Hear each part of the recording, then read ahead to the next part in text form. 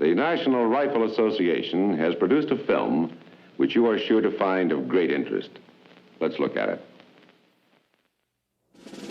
It was the morning of April 20th, 1999, and it was pretty much like any other morning in America. The farmer did his chores. The milkman made his deliveries. The president bombed another country whose name we couldn't pronounce. Out in Fargo, North Dakota, Carrie McWilliams went on his morning walk. Back in Michigan, Mrs. Hughes welcomed her students for another day of school. And out in a little town in Colorado, two boys went bowling at 6 in the morning. Yes, it was a typical day in the United States of America.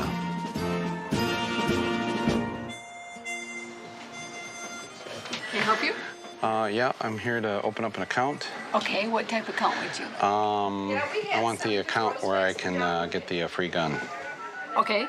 I'd spotted an ad in the local Michigan paper that said if you opened an account at North Country Bank, the bank would give you a gun. You do a CD and we'll hand you a gun.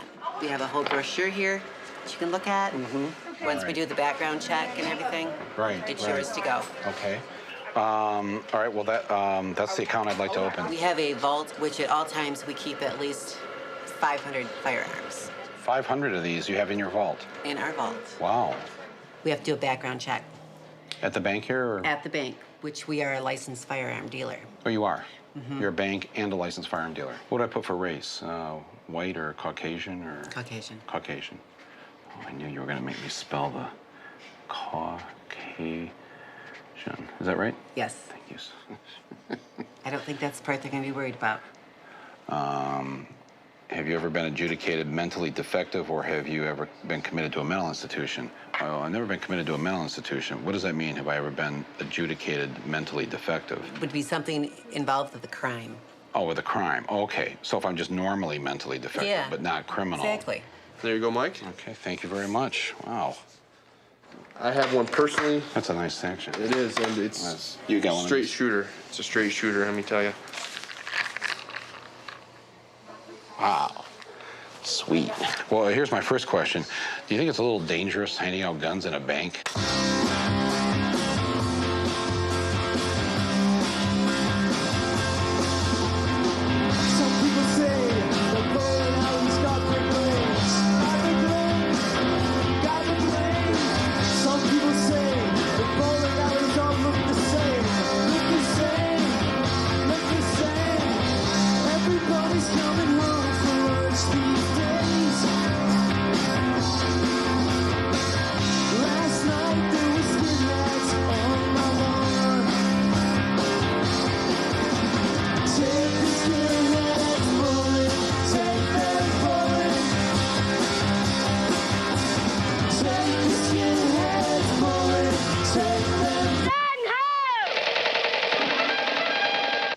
Makes lots of battle sounds. Just press the trigger and listen. This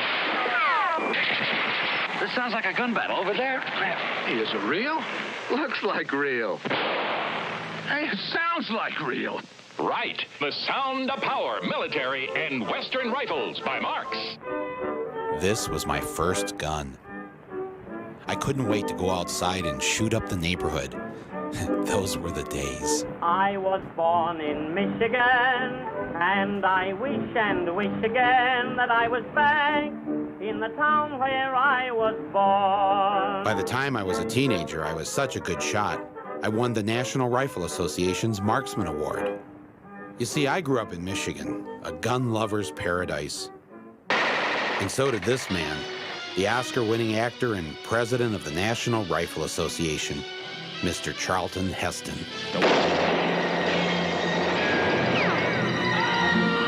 We come from a state where everyone loves to go hunting.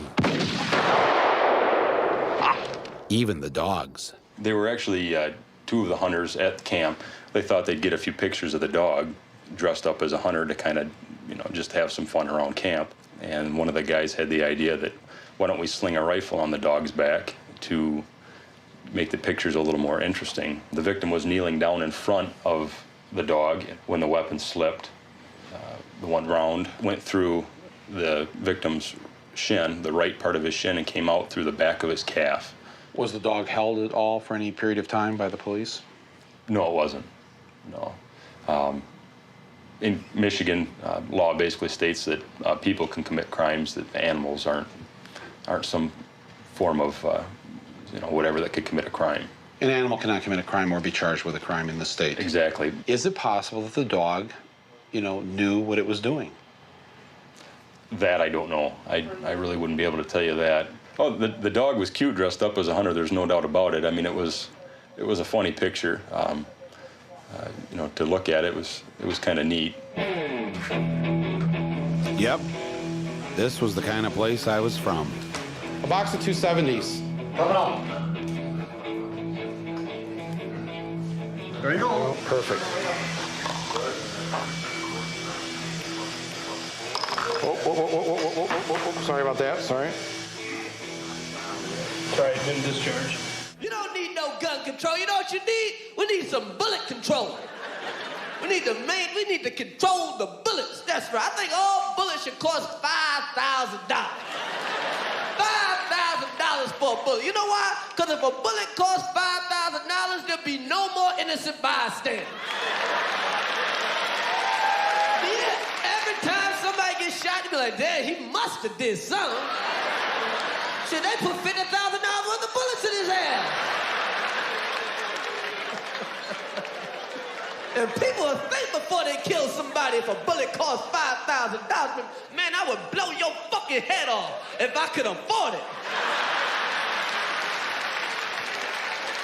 I'm gonna get me another job, I'm gonna start saving some money, and you a dead man. You better hope I can't get no bullets on layaway.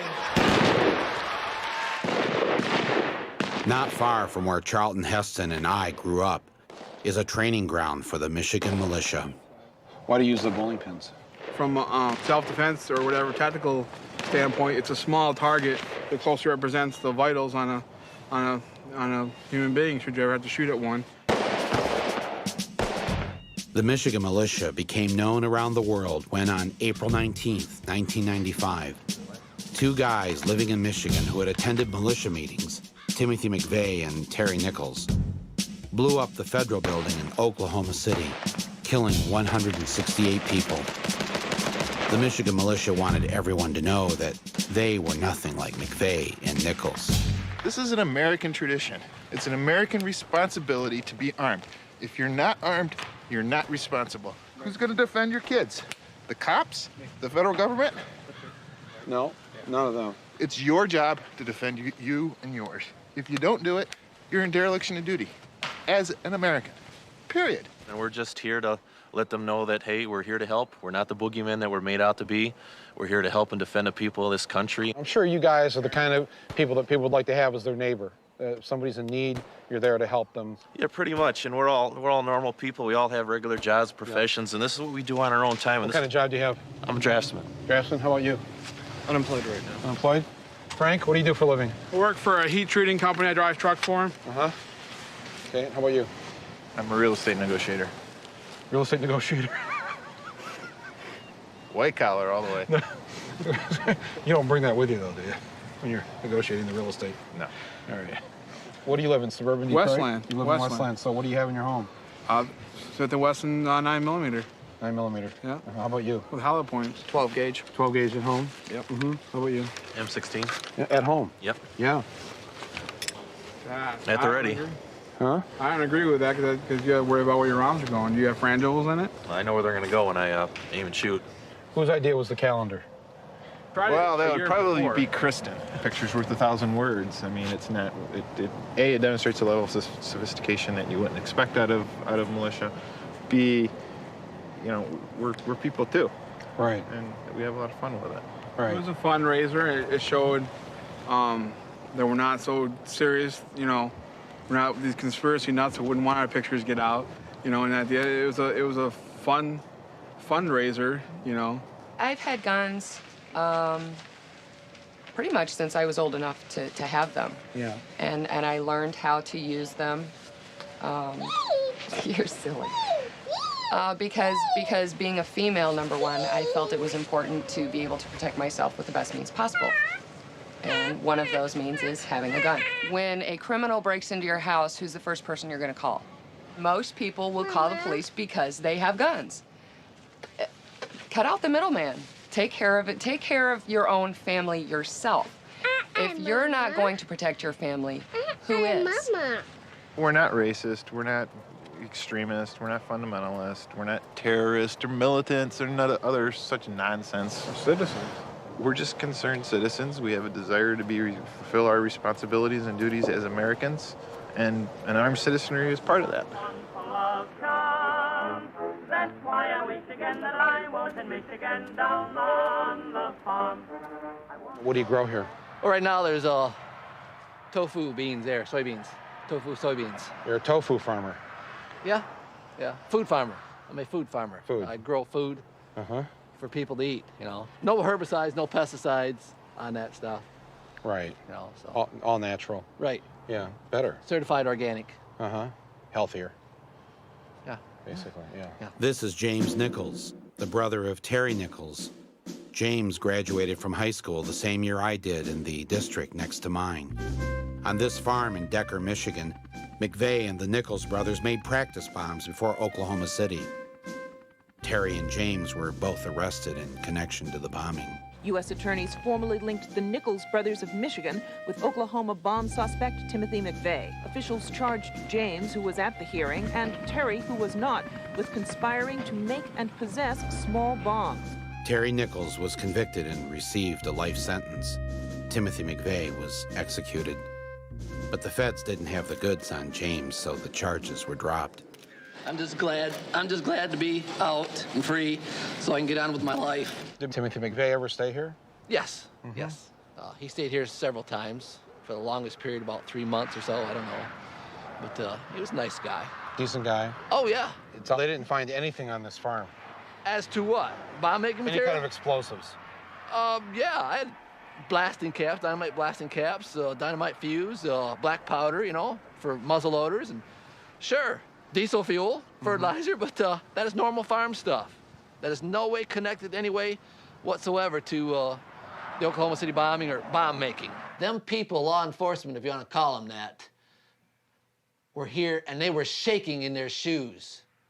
They were physically shaking, scared to death. Of? Because they thought this was going to be another Waco. Because certain people, namely my ex-wife and other people, said, I'm a radical, I'm a wild man, I got a gun under every arm, down every leg, and every shoe, every corner of the house. You say anything to me, I'll shoot you. If the people find out how they've been ripped off and enslaved in this country by the government, by the powers to be, they will revolt with anger, with merciless anger. There'll be blood running in the streets. When the government turns tyrannical, it is your duty to overthrow it. Well, why not use Gandhi's way? He didn't have any guns, and he beat the British Empire. I'm not familiar with that. Oscoda has a bad habit of raising psychos. Bad habit of it. This is Brent, and this is his buddy, DJ. They live in Oscoda, Michigan, across the bay from the Nichols farm. Eric Harris, who would later go on to commit the massacre at Columbine High School in Colorado, spent part of his childhood here. Eric lived on the Air Force Base in Oscoda, where his dad flew planes during the Gulf War. 20% of all the bombs dropped in that war were from planes that took off from Oscoda. I asked Brent if he remembered anything about Eric. I never knew him, but I knew of him. He left here before I got here. I've only lived here, like I said, about 7 years off and on. He's about the same age as you, so you must have people in your class that... Yeah, like a friend of mine, he knows him. He was in class with him. He's lived up here all of his life. I went to school with him, and it shocked me to hear it on the news. You know, that especially a kid from here would be doing that. I didn't last too long in this high school up here. I got kicked out. I got expelled. Why was that? I had a run-in with a kid one time, and I pulled a weapon on him. I pulled a gun on him. A gun? Yeah. What kind of gun? 9mm.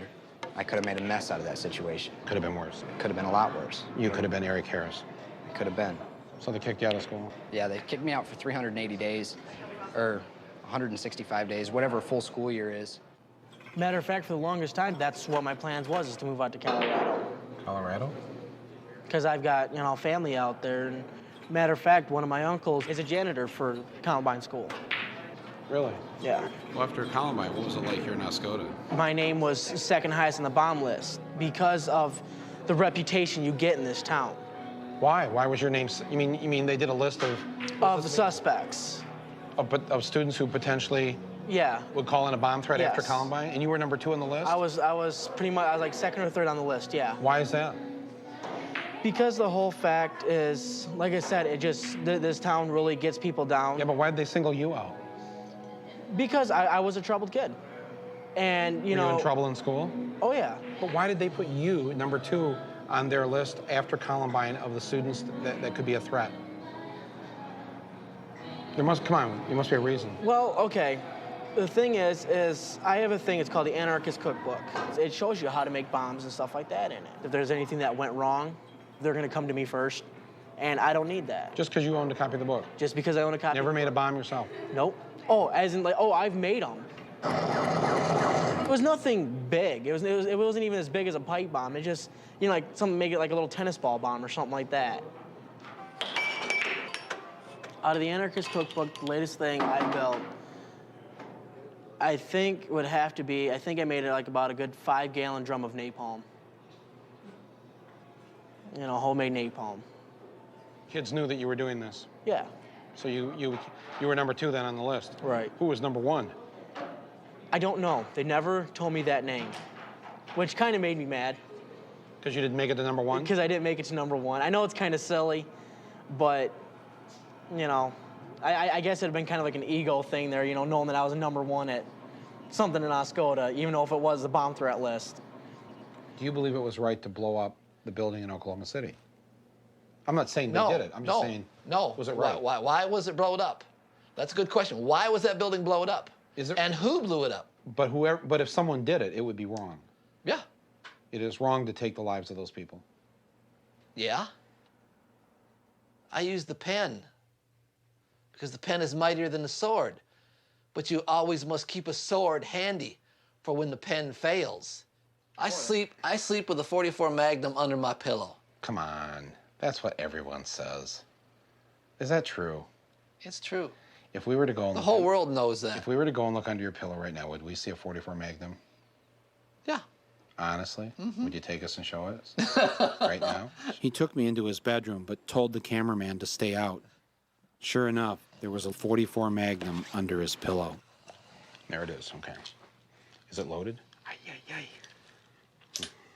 Okay, I believe you.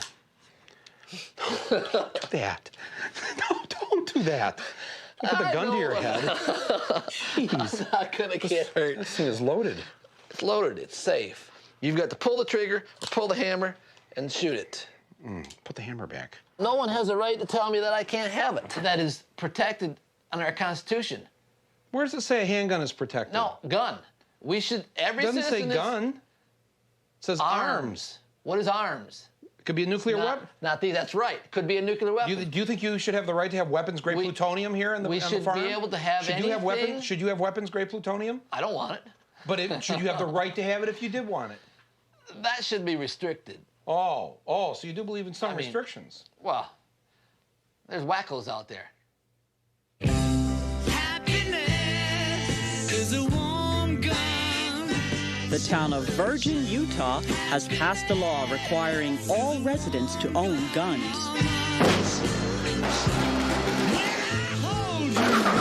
Kill that monkey.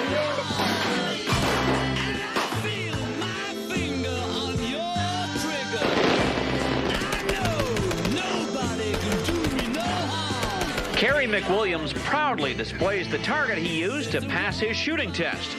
But the thing is, he can't see it. He's blind.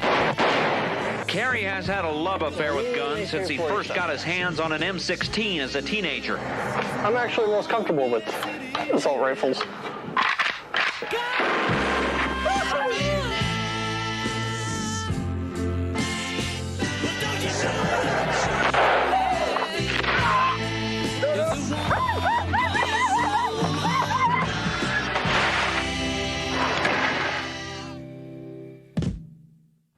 This is a great place to raise your children. Really great place to raise your kids. Very close-knit community we have here. Everybody looks out for everybody. Good people. Good people. This just happens to be a place where two young men made very bad, very wrong decisions, and there has been international notoriety as a result of it. Other than that, I don't know that Littleton is a lot different than a whole lot of other suburban communities.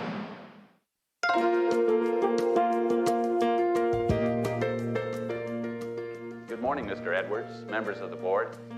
I'd like to report that I found the perfect location for our new corporate office, South Metro Denver. You can see, I don't need these, because South Metro Denver has about the same amount of sunshine and precipitation as Southern California. It's so incredible. You're just going to have to see it for yourselves. How's this look, Mr. Edwards?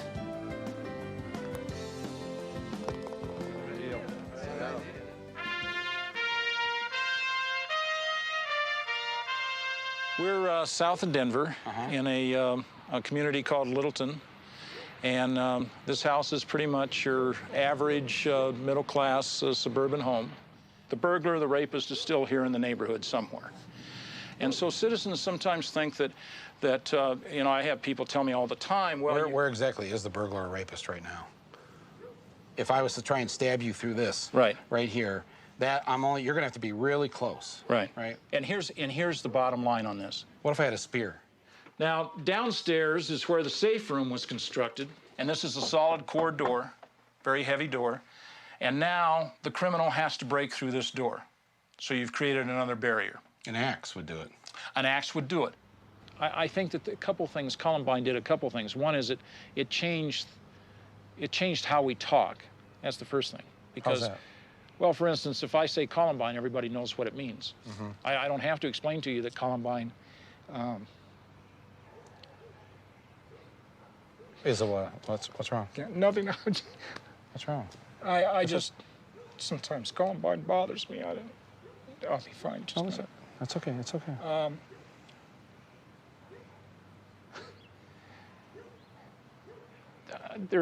There's something overwhelming about that kind of viciousness, that kind of predatory action, that kind of indiscriminate killing.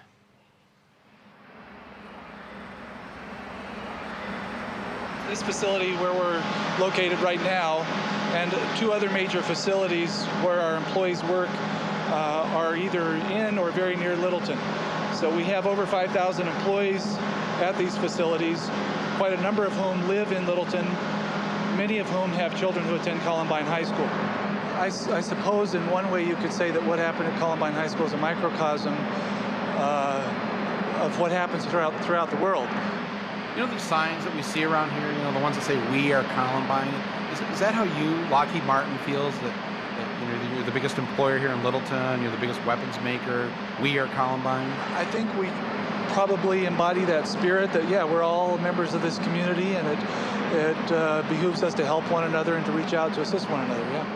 He told us that no one in Littleton, including the executives at Lockheed, could figure out why the boys at Columbine had resorted to violence. Why would kids do this?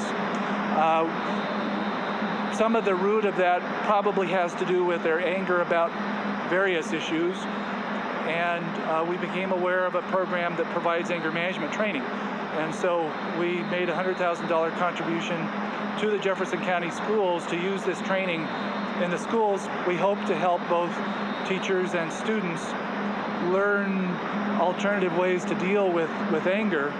So you don't think our kids say to themselves, well, gee, you know, Dad goes off to the factory every day and, you know, he built missiles.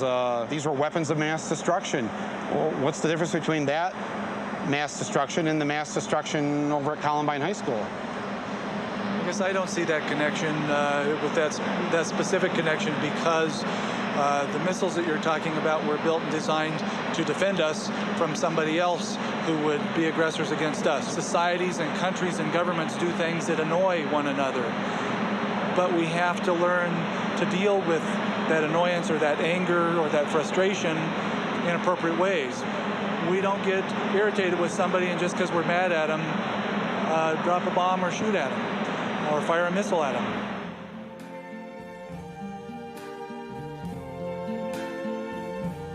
I see trees of green, red roses too. I see them bloom for me and you, and I think to myself, what a wonderful world.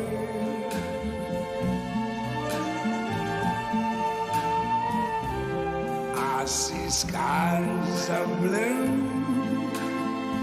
and clouds of white, the bright blessed day, the dark sacred night, and I think to myself, what a wonderful world.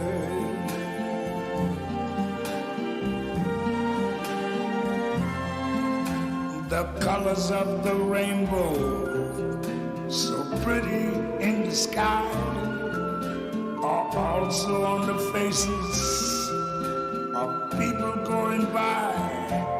I see friends shaking hands, saying, how do you do?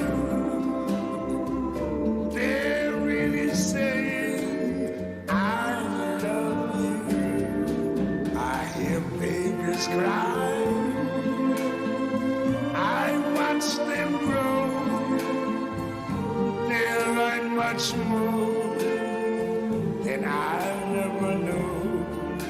And I think to myself, what a wonderful world.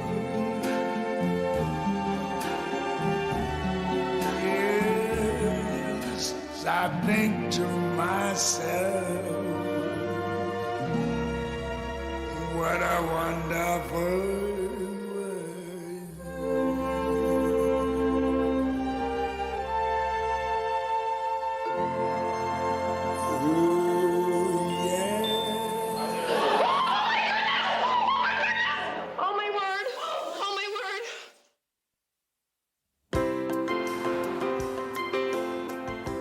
South of Denver and Littleton, on the grounds of the U.S. Air Force Academy, there sits an actual B-52 bomber. The plaque underneath it proudly proclaims that this plane killed Vietnamese people on Christmas Eve, 1972.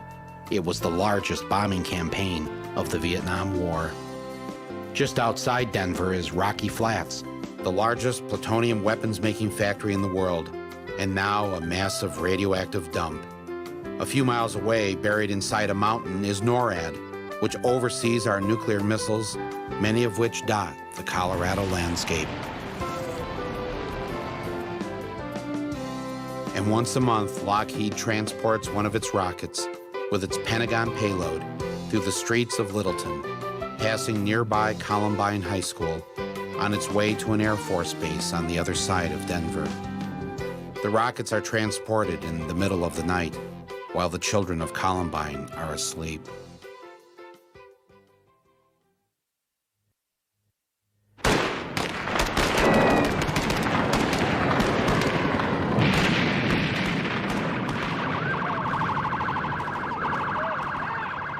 .22 NATO missiles fell on the village Bogutovac near Kraljevo.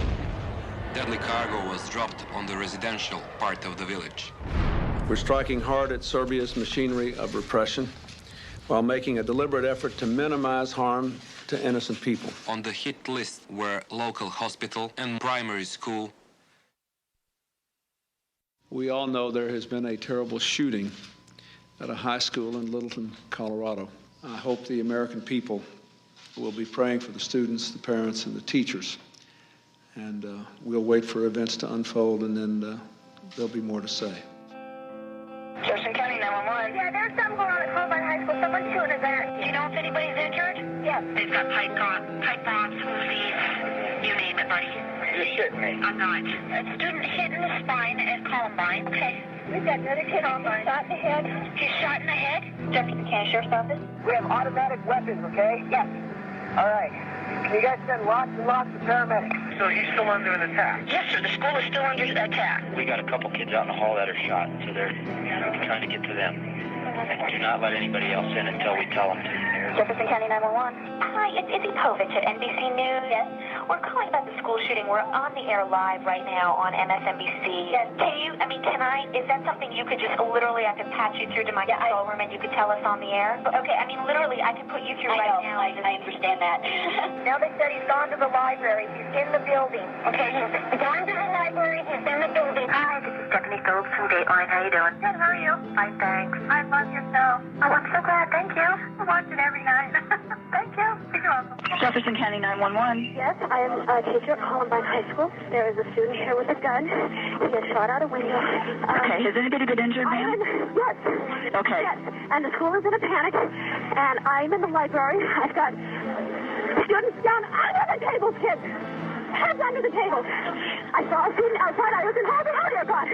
Okay, I was on hall duty. I saw a gun. I said, what's going on out there? He turned the gun straight at us and shot. And my God, the window went out. And the kid standing there with me, I think he got hit.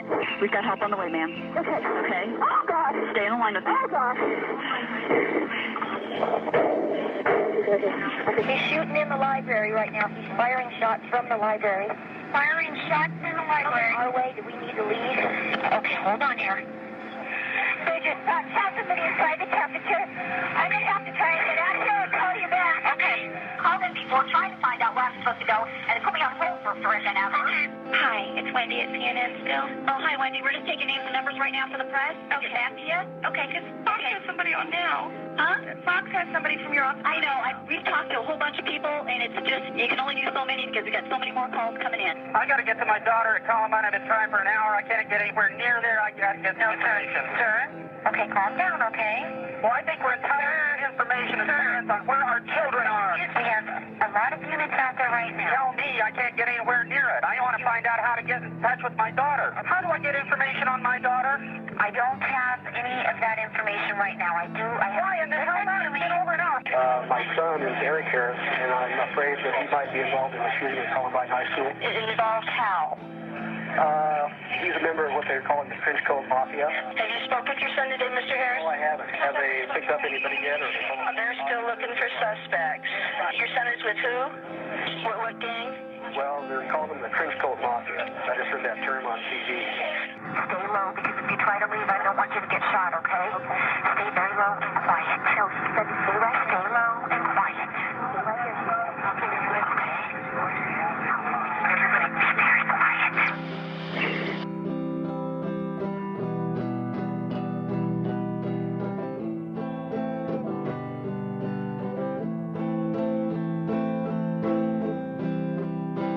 When the shooting was over, Eric Harris and Dylan Klebold had killed 12 students and 1 teacher. Dozens of others were wounded by the over 900 rounds of ammo that were fired. It is believed that the guns that they used were all legally purchased at stores and gun shows, and many of the bullets were bought at the Littleton Kmart just down the street. Harris's diary also detailed ideas about hijacking an airplane and crashing it into New York City. Some may characterize that as fantasy. In the end, they turned the guns on themselves. And then he came into the library and shot everybody around me, then put a gun to my head and asked if we all wanted to die. And we started hearing shots in the hall, and then they came in and they all told us to get under the desk, and we all got under the desk, and then they just started coming in the library and opening fire, and I just started screaming and crying and telling them not to shoot me. And so we shot the girl. She shot her in the head in front of me, and he shot the black kid because he was black. I have only 5 words for you. From my cold, dead hands. Just 10 days after the Columbine killings, despite the pleas of a community in mourning, Charlton Heston came to Denver and held a large pro-gun rally for the National Rifle Association. Good morning. Thank you all for coming, and thank you for supporting your organization. I also want to applaud your courage in coming here today. I have a message from the mayor, Mr. Wellington Webb, the mayor of Denver. He sent me this, and it says, "Don't come here. We don't want you here." I say to the mayor, this is our country. As Americans, we're free to travel wherever we want in our broad land.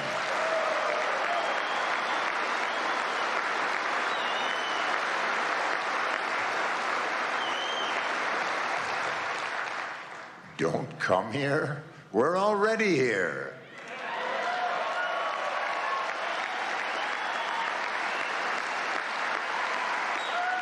I am here today because my son Daniel would want me to be here today.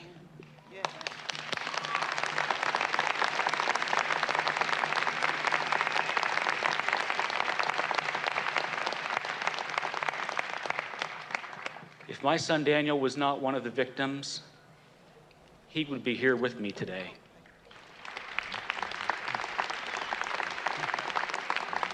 Something is wrong in this country when a child can grab a gun so easily and shoot a bullet into the middle of a child's face, as my son experienced. Something is wrong. But the time has come to understand that a Tech-9 semi-automatic 30-bullet weapon like that killed my son is not used to kill deer. It has no useful purpose. It is time to address this problem. We have work to do, hearts to heal, evil to defeat, and a country to unite. We may have differences, yes, and we will again suffer tragedy almost beyond description. But when the sun sets on Denver tonight, and forevermore, let it always set on we the people, secure in our land of the free and home of the brave. I, for one, plan to do my part. Thank you. Well, like when they had their convention in Colorado a week or whatever, a month after Columbine, yeah, that was just stupid. Just don't do that. I mean, of course you have the right to, but what are you doing, you know? That's just upsetting a whole city full of people. Why would you do that? This is Matt Stone. He grew up in Littleton and has fond memories of Columbine. But yeah, Columbine is just like a, crappy school in the middle of a bunch of crappy houses. Matt and his friend Trey Parker found a way to take out their anger of being different in Littleton and turn it not into carnage, but into a cartoon. Just another Sunday morning in my quiet mountain town.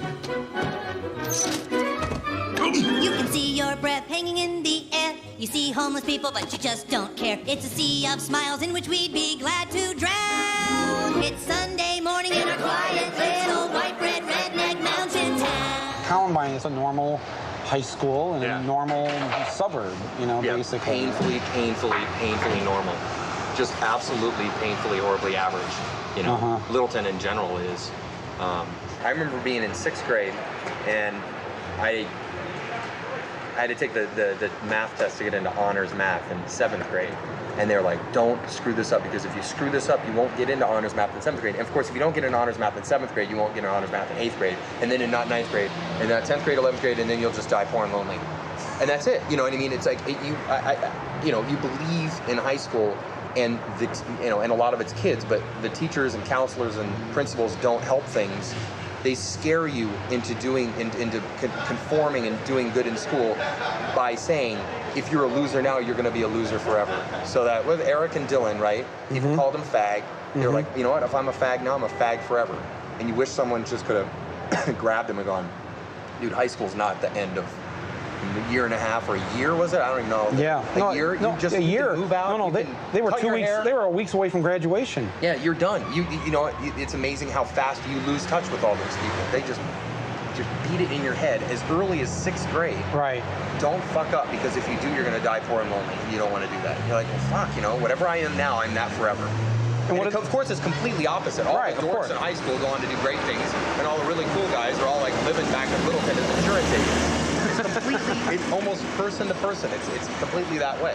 And you just, yeah, if someone could have told them that, maybe they wouldn't have done it, but yeah. I guess we'll never know why they did it, but one thing adults should never forget: it still sucks being a teenager, and it really sucks going to school. What's your view on high school?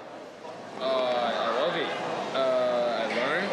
I get picked on by bastards who hate me, and the principal's a dick. All right. What causes school violence? Him. Him? Yes, and after Columbine, it really sucked being a student in America. Since last spring's shooting at Columbine High, schools nationwide have extended zero-tolerance policies, suspending and expelling students for all kinds of behavior considered unruly or warning signs of violence to come. This second grader in Illinois was suspended for 10 days for bringing a nail clipper to class. That's a weapon, his school said. An elementary school suspended a first grader for pointing a chicken strip at a teacher in the cafeteria. The 8-year-old was fooling around with a friend at lunch last week when he pointed a breaded chicken finger at a teacher and then said, "Pow, pow." Pointed a folded piece of paper like this one, shaped like a gun, and told his classmates he was going to kill them during a game of cops and robbers. This isn't a warning sign. Then what is it? This Virginia high school student spent a month out of classes, originally sent home for dyeing his hair blue. A high school honor student from Michigan could be expelled later today in a school board hearing. 17-year-old Jeremy Hicks wore a Scottish bagpiper's outfit to his junior prom that included a plaid kilt, a feathered hat, and a traditional knife known as a skein dhu. This T-shirt landed a high school student in court. She wanted to start an anarchy club. The little time bombs that are out there ticking, waiting to go off, and there are many of them in every community. Students in at least 7 different states have been suspended or arrested for talking about or planning plots of their own. It's almost like guerrilla warfare. You don't know from which direction the enemy will be coming. Having a well-conceived and strictly enforced dress code can dramatically improve the safety of a school and can ensure a positive learning environment for everyone. As this student's appearance demonstrates, having a lax policy about dress makes it easy for a student to conceal a weapon and makes it difficult to identify intruders on campus. A dress code can reduce weapons violations, relieve tensions between gangs, reduce disciplinary infractions, and generally improve the atmosphere of the school. Our policy requires that students tuck in their shirts, making the belt line visible at all times. Our students may not wear baggy pants or colors and insignias that are commonly associated with gang activity. This policy was a collaborative effort. Yes, our children were indeed something to fear. They had turned into little monsters. But who was to blame? All the experts had an answer. Angry, heavy metal subculture. Where were the parents? Violent movies. South Park. Video games. Television. Entertainment. Satan. Cartoons. Doom. Society. Toy guns. Drugs. Shock rocker.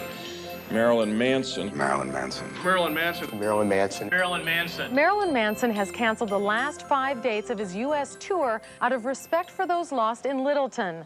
But the singer says artists like himself are not the ones to blame. This is perhaps the sickest group ever promoted by a mainstream record company.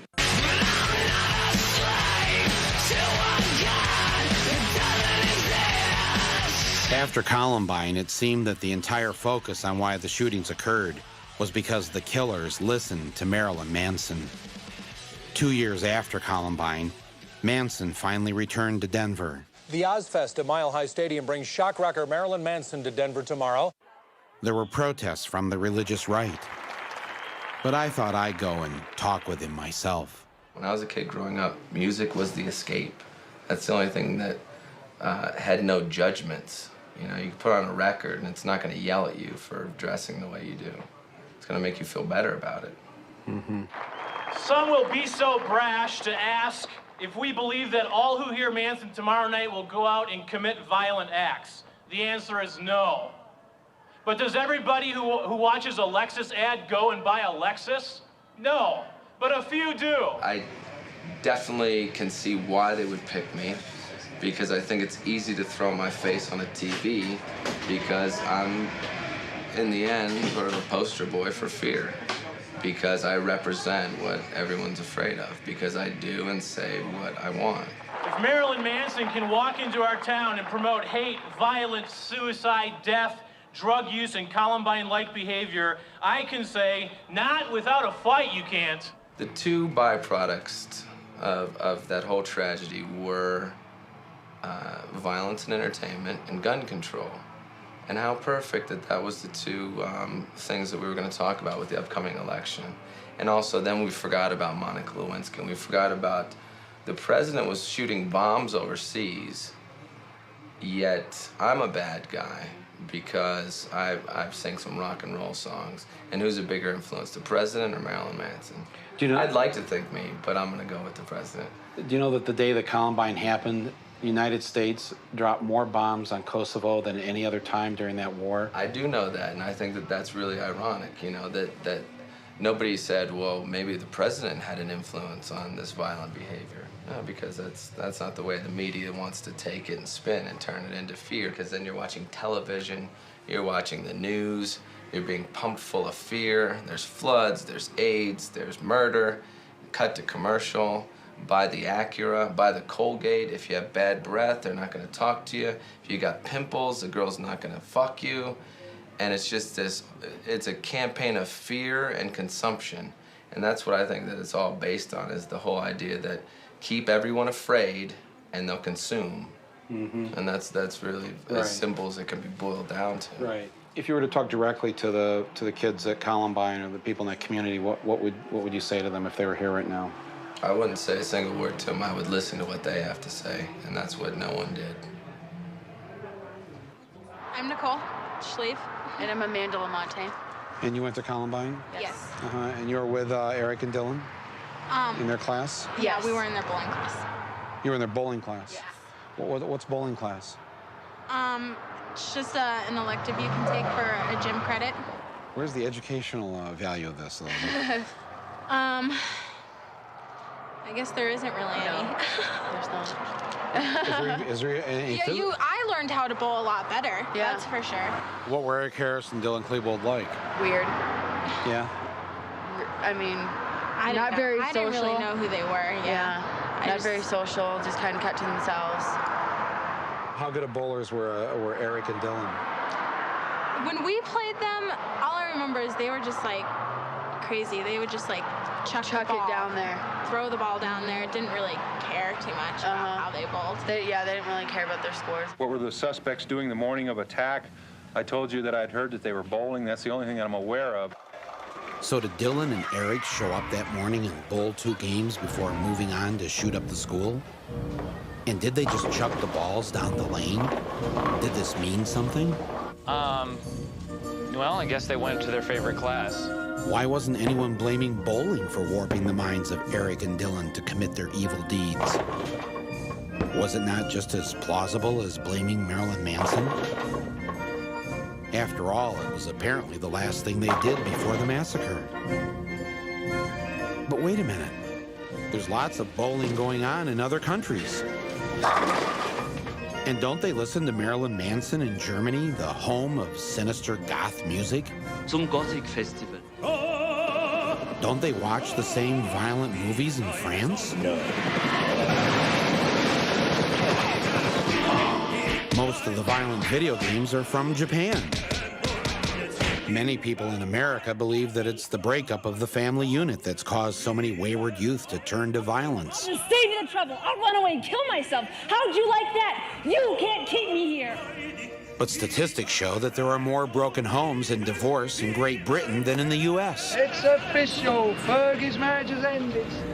Liberals contend that it's all the poverty we have in America that causes all this violence. But the unemployment rate in Canada is twice what it is here.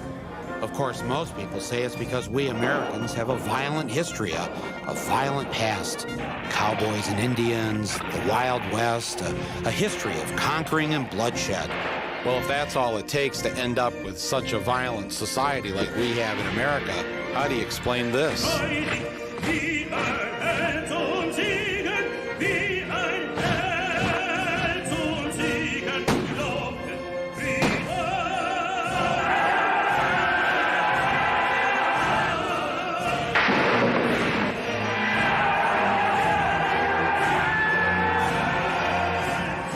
Yet in spite of all this, how many people are killed by guns each year?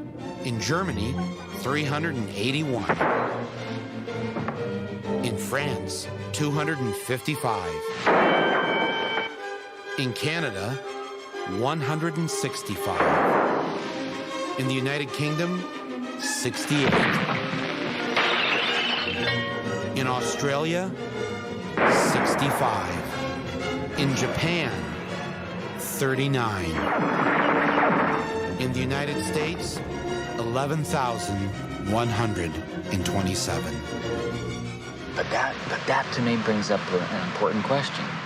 Then what is so different about Americans? Are we homicidal in nature? Because in Europe, in Australia, most other free world countries, they don't have this. They don't have people who snap and go on murderous rampages. Well, no, they're just like us. I mean, they have the occasional person that snaps and kills a lot of people. Or how about a British soccer riot? Those aren't Quakers there.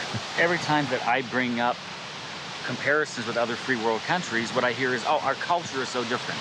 We're so different. And as you said, they have violent video games. They have violent movies. They have alienated youth. They, like us, don't have prayer in schools. What is so radically different? What is it about us? What is it? What is it? What is it? What is it? I don't know. Now it's time for a brief history of the United States of America. Hi, boys and girls, ready to get started? Once upon a time, there were these people in Europe called pilgrims, and they were afraid of being persecuted. So they all got in a boat and sailed to the New World where they wouldn't have to be scared ever again. Oh, I'm so relaxed. I feel so much safer. But as soon as they arrived, they were greeted by savages, and they got scared all over again. Indians! So they killed them all. Now, you'd think wiping out a race of people would calm them down, but no. Instead, they started getting frightened of each other. Witch! So they burned witches. In 1775, they started killing the British so they could be free. And it worked, but they still didn't feel safe. So they passed a Second Amendment which said every white man could keep his gun. I loves my gun. Loves my gun. Which brings us to the genius idea of slavery. You see, boys and girls, the white people back then were also afraid of doing any work. So they went to Africa, kidnapped thousands of black people, brought them back to America, and forced them to work very hard for no money. And I don't mean no money like I work at Walmart and make no money. I mean $0. Nothing. Not a zip. Doing it that way made the USA the richest country in the world. So did having all that money and free help calm the white people down? No way. They got even more afraid. That's because after 200 years of slavery, the black people now outnumbered the white people in many parts of the South. Well, you can pretty much guess what came next. The slaves started rebelling. There were uprisings. An old master's head got chopped off. And when white people heard of this, they were freaking out and going, I want to live. Don't kill me, big black man. Well, just in the nick of time came Samuel Colt, who in 1836 invented the first weapon ever that could be fired over and over without having to reload. And all the Southern whites were like, yeah! But it was too late. The North soon won the Civil War and the slaves were freed. Yep, they were free now to go chop all the old masters' heads off. And everybody was like, oh no, we're gonna die. But the freed slaves took no revenge. They just wanted to live in peace. But you couldn't convince the white people of this. So they formed the Ku Klux Klan. And in 1871, the same year the Klan became an illegal terrorist organization, another group was founded, the National Rifle Association. Soon politicians passed one of the first gun laws, making it illegal for any black person to own one. It was a great year for America, the KKK and the NRA. Of course, they had nothing to do with each other, and this was just a coincidence. One group legally promoted responsible gun ownership, and the other group shot and lynched black people. And that's the way it was all the way to 1955, when a black woman broke the law by refusing to move to the back of the bus. White people just couldn't believe it. Huh? Why won't she move? What's going on? Man, all hell broke loose. Black people everywhere started demanding their rights, and white people had a major freaky fear meltdown. And they were all like, run away! Run away! alive! And they did. They all ran flee into the suburbs where it was all white and safe and clean. And they went out and bought 250 million guns and put locks on the doors, alarms in the houses, and gates around the neighborhoods. And finally, they were all safe and secure and snug as a bug.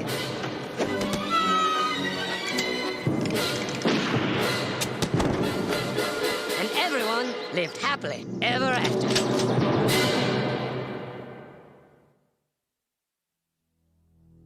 Or did they?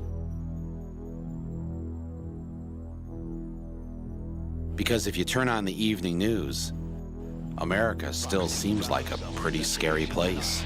Who is he? Is he dangerous? What's he up to? What are you trying to pull, man? Why are people scared? Remember all the Y2K scares? Weren't we told that our very society was about to collapse because somebody forgot to type in a couple of digits on the computer? There's going to be mass chaos and confusion. Tonight, the countdown begins. All day, store director Rick Smith watched consumers get Y2K ready. Batteries sell extremely well, the lamp oil, generators.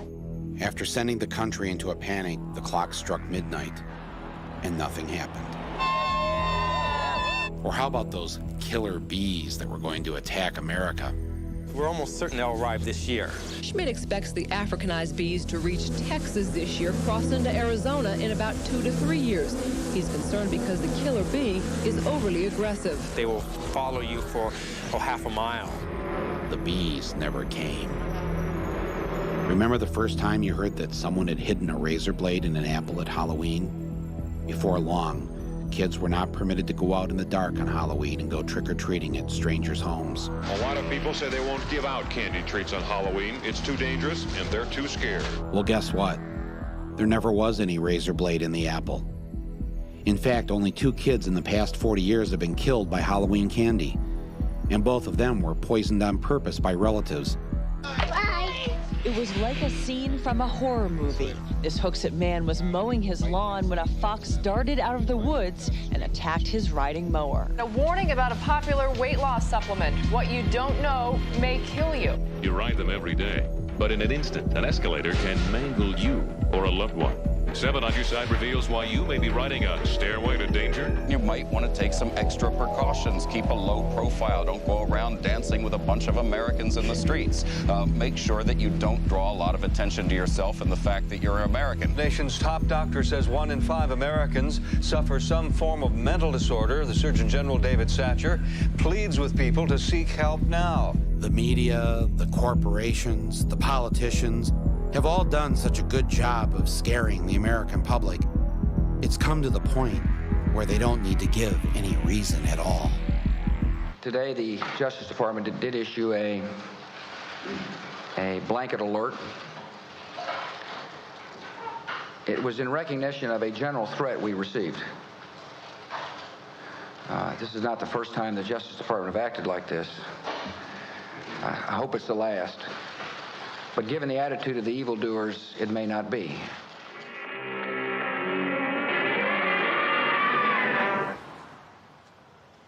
I just love these boulevards down here, though. Yeah. You don't get this in most of LA. How come whenever I'm out here, though, I turn on the 11 o'clock news and, I hear, tonight in South Central, drive-by shooting, or tonight in South Central, this, that, or whatever. Right. They're not making that up, are they?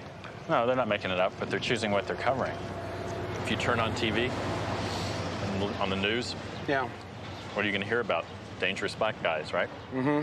Unnamed black guy who, accused of some crime, or you're going to see pictures of black guys doing bad things and hearing stories about black guys doing bad things. And we've heard this our whole lives. Now, the suspect is a black male in his 20s. We are told he has a large afro, sideburns. He was wearing a silver chain at the time. Police say the suspect is a black man, 6'1", 160 to 180 pounds, about 35 years in age. Suspect is a black male, aged 16 to 18. The suspect is African American. Police say the black man. Suspect. The suspect is a black male. Black man. Black man. Black male. Male. Man. Black man. Susan Smith drowns her 2 children. She tells people a black guy stole the car and stole the kids.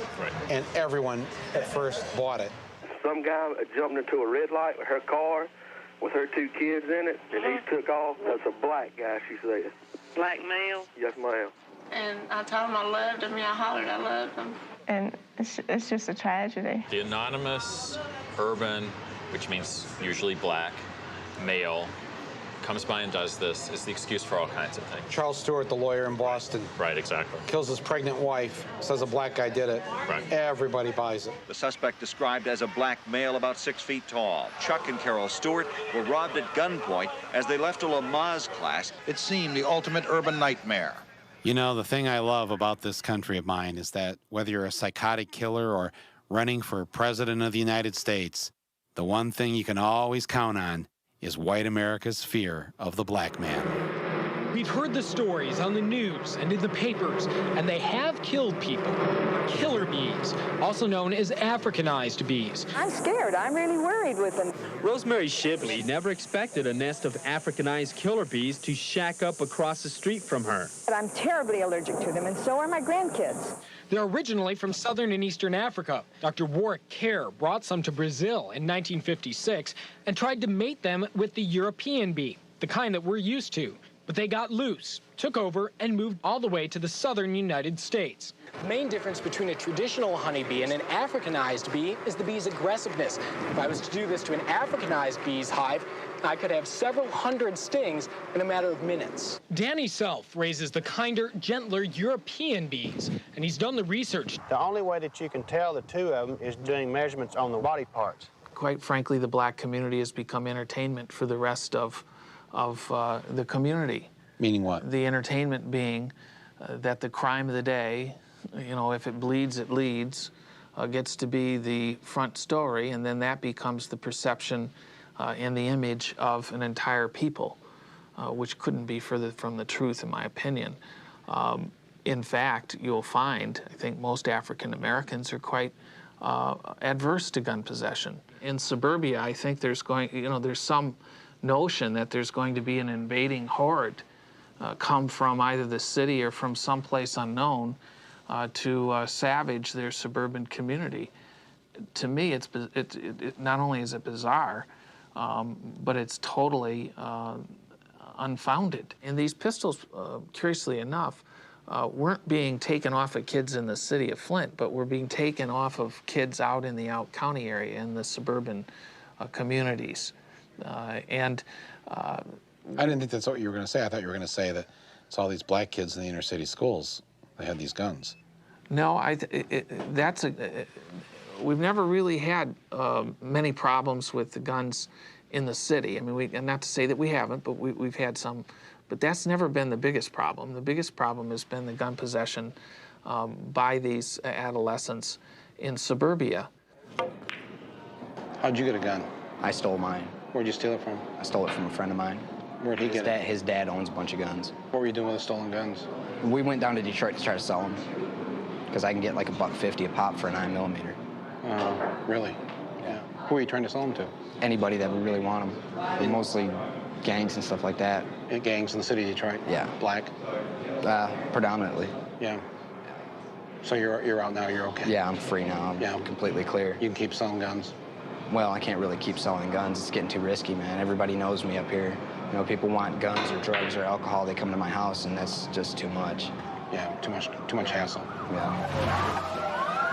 My favorite statistic in all the research I did discovered that the murder rate had gone down by 20%. The coverage, that is, how many murders are on the evening news, it went up by 600%. The American people are conditioned by network TV, by local news, to believe that their communities are much more dangerous than they actually are. For example, here in this community, crime has decreased every year for the past 8 years, yet gun ownership, particularly handgun ownership, is on the increase. Crime rates have been dropping. Fear of crime has been going up. How can that be possible? It doesn't make any sense. But it makes perfect sense when you see what we're hearing from politicians and seeing in the news media. So we're right here on the corner of Florence and Normandy. This was kind of ground zero for the LA riots. Right. You know, if a couple of white guys go down and walk around South Central, are going to get killed, which I can tell you is a common perception. The odds that something's going to happen to us are really, really slight, minuscule. Right. Okay. But, you know, if you look up there, you get a different symbol of the Hollywood sign. It means something very different than the corner of Florence and Normandy for most Americans and most of the world. You know, it means glamour and Hollywood, except that we can't see it. I can't see the Hollywood sign. Right. Where is it? Right. You can't see it because of something that's probably much more dangerous for us right now, which is the stuff we're breathing. The pollution that's blocking the Hollywood sign. We're breathing this. That's far more dangerous than all the other stuff the media is telling us to be afraid of. Right. As we left the corner of Florence and Normandy, I noticed that a number of helicopters had appeared in the sky. Within seconds, the news media started to arrive. So what's the story here? I'm waiting. I thought you would know. No, I don't know anything. Sergeant just told me it was a cop with a guy with a gun, but they're not sure. That's all they told me. Right. So it's no action. Like getting the camera down. I just happened to see the chopper. I'm going to another story. What story are you going to? It's a near drowning. It's a drowning? Near drowning. A near drowning. Yeah. How about the story about how you can't see the Hollywood Hills because of the pollution? Could you maybe do a story on that tonight? Pollution is probably good. Huh? I found it good. You can't see it. You can't see anything around here. If you have to choose between a guy with a gun and a near drowning of a baby, you can only be one place at one time. Which way the gun? You go with the gun always. Go with the gun. Is it all over here? All over? All over? Not yet. Not yet. Not yet? Say, just wait for these sergeants down here. Yeah. To come down because they got all the details. Okay. Hey, I'm just wondering, I just got here to LA today. I can't see the Hollywood sign down in the hills there, down Normandy. I can't see the sign because of the pollution. Right. Is there anybody you can go and like arrest for like polluting up the air? Absolutely not. Nobody? No. Why is that? Why is that, Sergeant?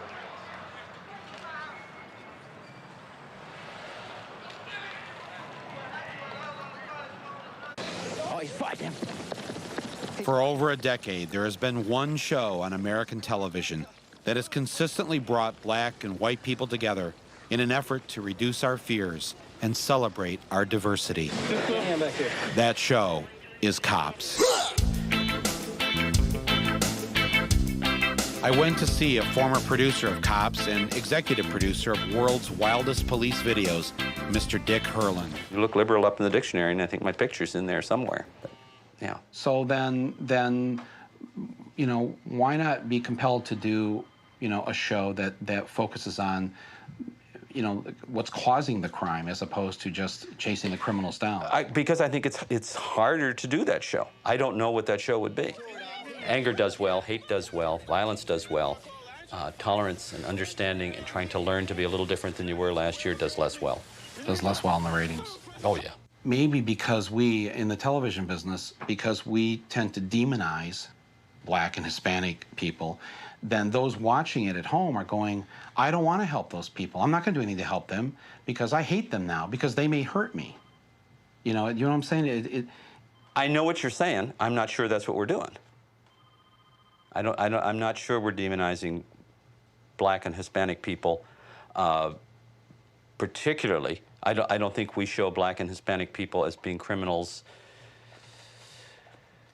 I'd like to say not more often, but probably they are more often.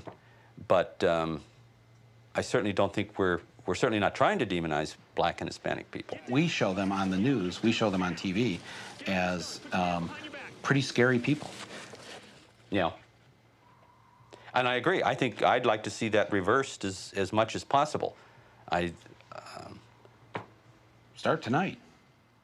Well, the thing is, I don't know how to start tonight. I don't know how to tell that story. Well, if I was smart enough to do that. I'll pitch you one. Okay. Pitch you one, okay? All right. Do a show called not Cops, but Corporate Cops. Oh, corporation man, hey, corporate man, we're coming out to get you, better run while you can. We're coming out to get you, better run while you can.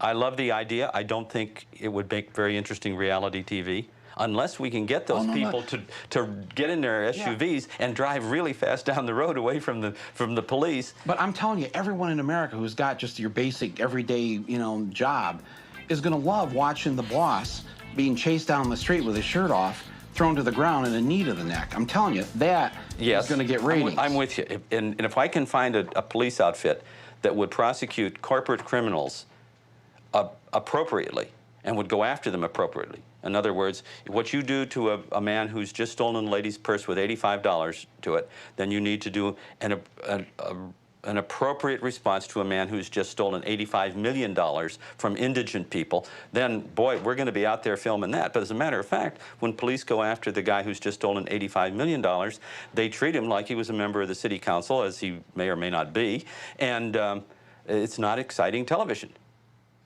If you could get that guy to take his shirt off, right, yeah, and throw his cellular phone at the police as they come through the door, try to jump out that window, then we'd have a show. You watch violence on TV in a place like Canada, and you know it's not happening next door. You watch it here, and you know it is happening next door. Right. I think that's. I don't know what the difference is, but there's a big difference. Yeah, why isn't it though? Why isn't it happening in Canada? Why aren't there, 10,000 murders a year? I don't know, but I want to go to Canada to retire or something because it sounds like where we want to be. I'd like to find out what that difference is, wouldn't you? Yeah, I'm trying to find out.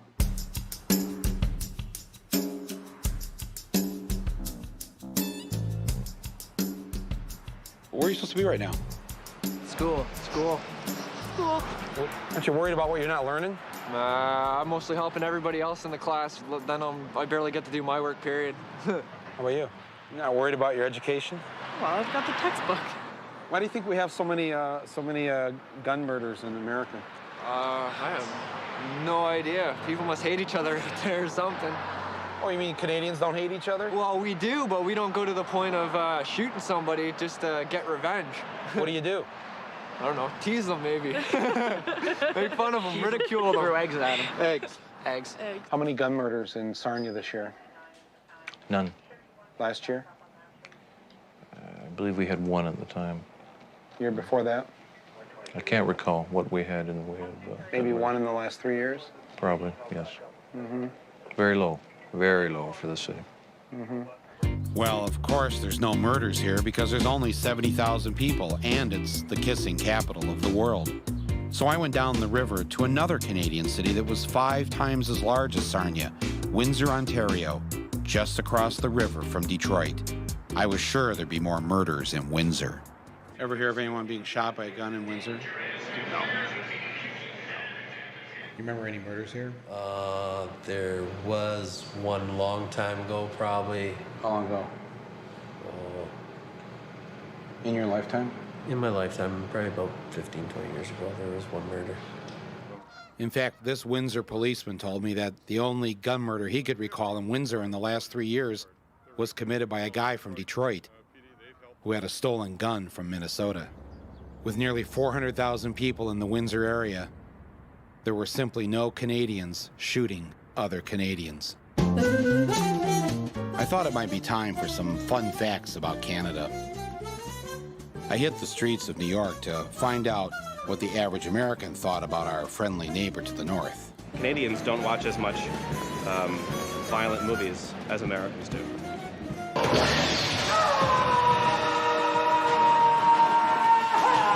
That's wrong. Hordes of young boys all throughout Canada eagerly await the next Hollywood bloodbath. Then I wanted the guy gets his leg taken off. Yeah. Oh, wow. And there was a lot of girls there. Yeah, and naked. Yeah. Naked at one point. I like that stuff. Well, what movie did you guys see tonight? 6th Day. 6th Day with Arnold Schwarzenegger? Yeah. Did it make you want to come out here and play this shoot-'em-up game? Well, yeah. There's no poverty in Canada like there is here in the States. Wrong again. Actually, we've also had a much higher unemployment rate. When Michigan was running at 4%, we were still running at 8 or 9%. We had to almost have an institutional unemployment rate. I think there'd mostly be white people in Canada. That's strange. Because when I'm in Canada, I see black people everywhere. And yellow people and brown people, and 13% of the country is non-white. So the Canadians are pretty much just like us. And the reason that they have so few murders has to be because they've got so few guns.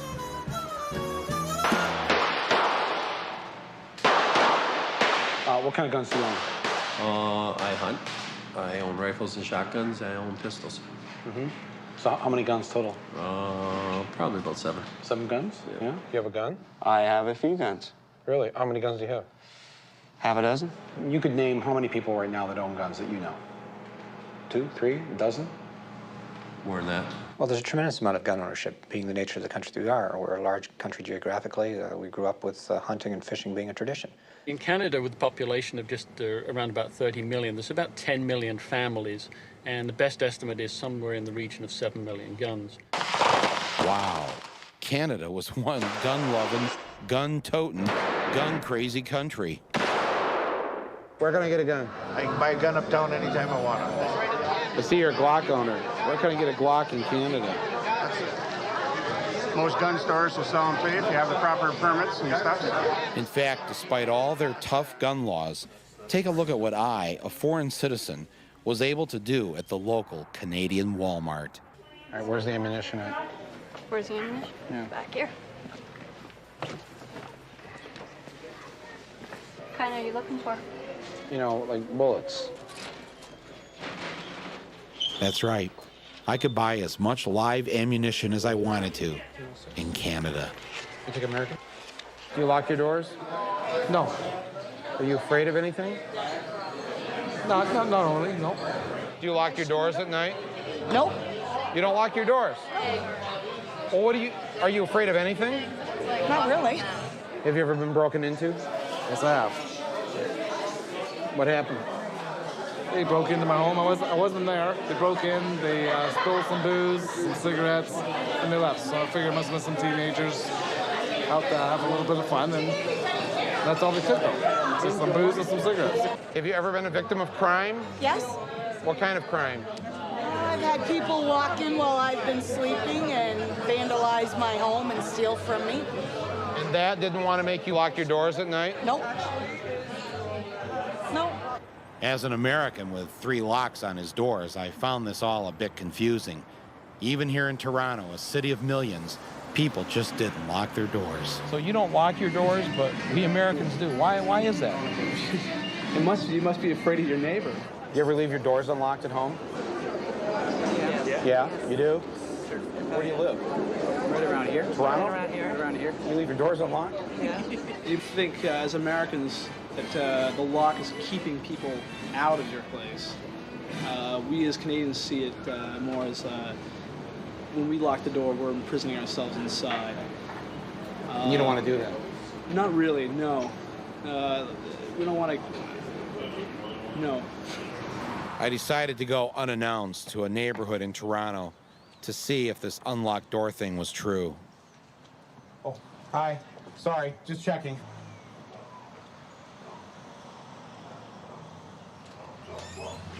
Oh, hello.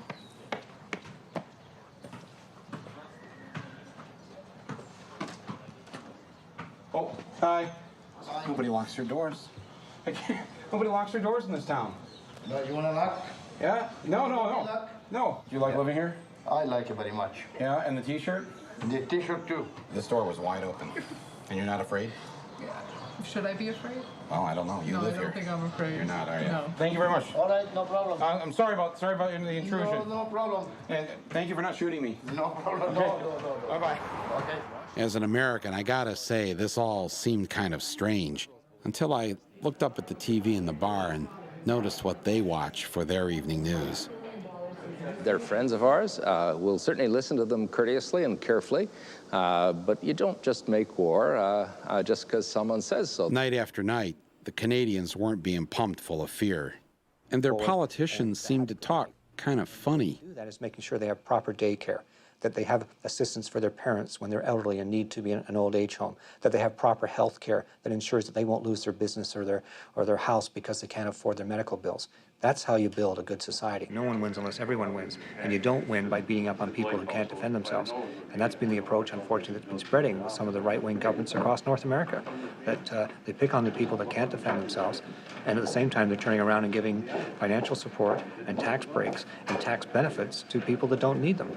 Where are the indigent in the city? Where do they live? Indigent? You act like you've never heard the word before. We don't have that problem here, really. So I asked them, well, could you at least take me to a Canadian slum? And, Well, this is what a ghetto looks like in Canada. Is this the same sort of mentality that says with Canadians, you think if somebody gets sick, they should actually be able to have health care? Yes. Oh, definitely. Yes. Definitely. Why? Because it's human rights. Everyone's got the right to live. Did you just come out of the emergency room? Yes, I did. And how much did you have to pay for your treatment? I wouldn't know what the bill is. It's covered by our hospital plan. So you're telling me you didn't have to pay anything? No, I don't. I have family that lives in the States. I used to live in Canada and moved over there. And it's so different. They get afraid more easily. Oh, yeah. Yep, very much so. Because everybody reacts over there just like that. They don't stop and think. First reaction is pull the gun out. You're on my property. You know, like, I don't know. It's just different over here. Where do you live? Detroit. Detroit? Yeah. Come over to Canada here for the night? Right. Uh-huh. People a little bit more open-minded over here, a little bit more welcoming. Yeah. Feel any difference when you cross over to this country? Be honest now, come on. It's a lot lighter. This segregation over there is definitely much more in the United States. Intensified in the States, yeah. So you can feel it. Almost like they just let you be. Well, that's Canada for you.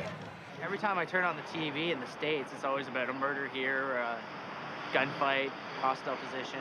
I just think the States, their view of things is fighting. That's how they resolve everything. If there's something going on in another country, that, you know, they send people over to fight it. And Canada's more just like, let's negotiate, let's work something out, where the States is, well, we'll just kill you and that'll be the end of that. If more guns made people safer, then America would be one of the safest countries in the world. It isn't, it's the opposite.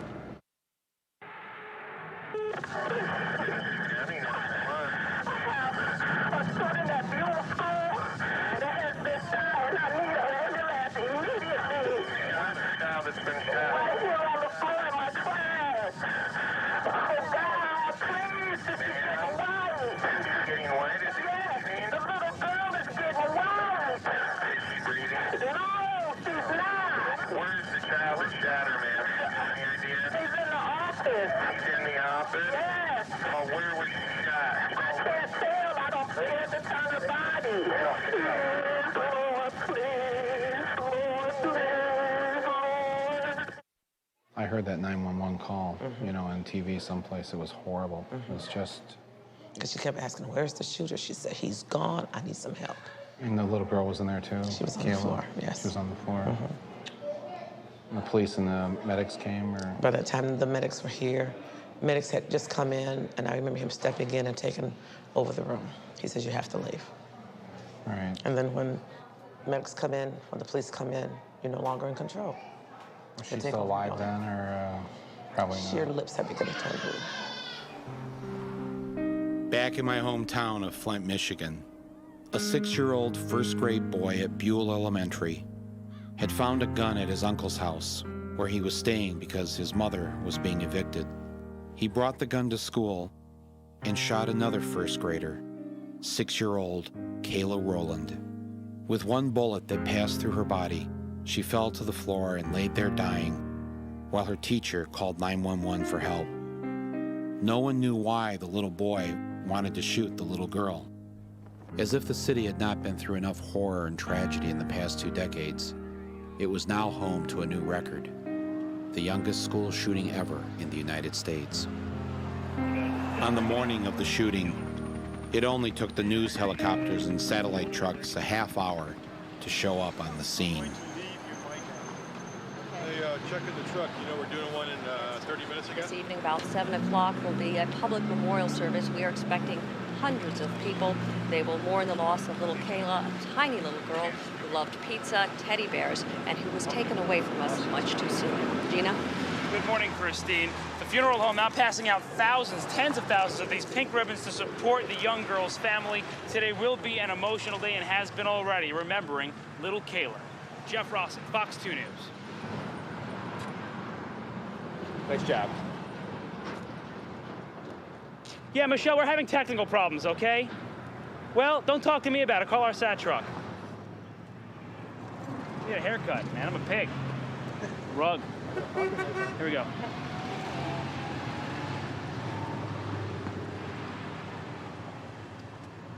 Some too choked up even to speak about it. There's a memorial service scheduled here for 7 o'clock tonight. We're live in Flint, Michigan this afternoon. Jeff Rawson, Q13 reports. Thank you. Thank you. I kind of need it, don't I? Yeah, you do. I got number 10. I have some. I just didn't put it in. I didn't have a chance. I have hurricane proof. Hurricane. This man prayed for Caleb, then let the balloon go. I said we have the color picture, not the black and white card. There's plenty of media here that covered Columbine. You know, there are some networks, especially, that go from, unfortunately, tragedy to tragedy. And I feel bad for them, because that's all they see. The tragedies. Yeah, but we're just trying to crunch right now for the 5 and the 6. Today we're feeding CNN and Fox, so. The national media had never visited Buell Elementary, or the Beecher School District in which it sat, or this part of Flint ever before. And few, if any, of these reporters bothered to visit it, even when they were here now. If they had ventured just a block away from the school or the funeral home, they might have seen a different kind of tragedy that perhaps would contain some answers as to why this little girl was dead. For over 20 years, this impoverished area in the hometown of the world's largest corporation had been ignored as completely as it had been destroyed. With 87% of the students living below the official poverty line, Buell and Beecher and Flint did not fit into the accepted and widely circulated storyline put forth by the nation's media. That being the one about America and its invincible economy.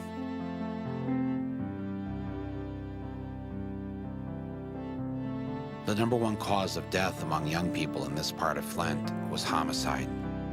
The football field at Flint Beecher was sponsored by a funeral home. The kids at Beecher have won 13 state track championships, but they've never had a home track meet because around the football field all they have is this dirt ring. Years ago, someone here named the streets in this part of town after all the Ivy League schools, as if they dreamed of better days and something greater for themselves.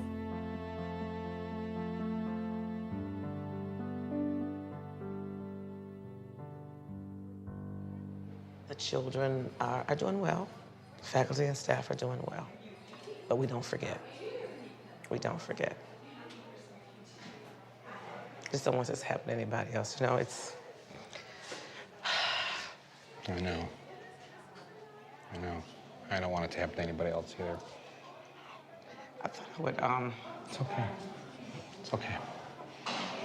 It's okay. It's okay.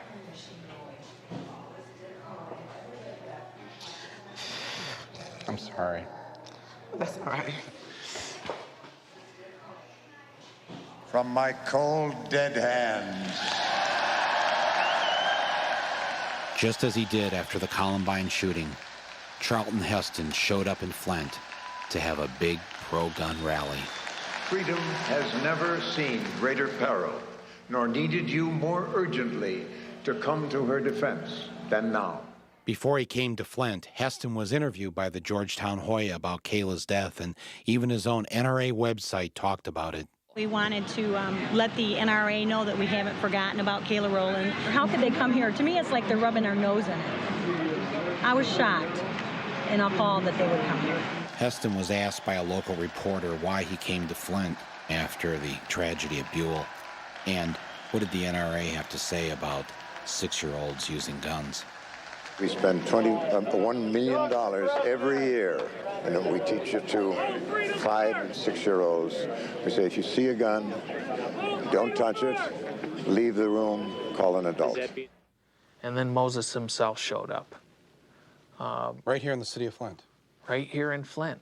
Were there people that wanted you to try this child or to even try him as an adult? Oh, yeah. There were people from all over America that wrote and called and sent mail, and it was amazing to me. Groups that were affiliated with the NRA, groups that, you know, people what I call gun nuts, writing me and telling me what a horrible thing it was that I had admonished homeowners in our country to be careful about bringing weapons into their home.